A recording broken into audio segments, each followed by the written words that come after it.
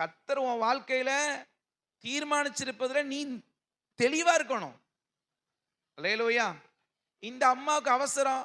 இந்த ஐயா ஒரு வார்த்தையாவது போய் கேட்டாரா? ஆண்டவரே நீ சொன்னீரே, நீர் கொடுத்த மனைவி எனக்கு இன்னொரு மனைவியை தாரேன்னு சொல்றா, கட்டிக்கிற கேட்கல. அவர் கட்டிக்கிட்டாரு. கடைசியில் என்னாச்சு? ஆபிரகாம் போய் ஆண்டவர்ட்ட கேட்கிறார், ஆண்டவரே நான் இப்ப என்ன செய்ய? சாராள் என்ன சொல்றாலும் செய். சாராள் என்ன சொல்ற அப்படிதான் ஆண்டவர் விட்டுருவாரு. நல்லா புரிஞ்சுக்கணும். நீயா போய் ஒரு பிரச்சனையில மாட்டிக்கிட்டேன்னு நினைச்சுக்கோயேன்.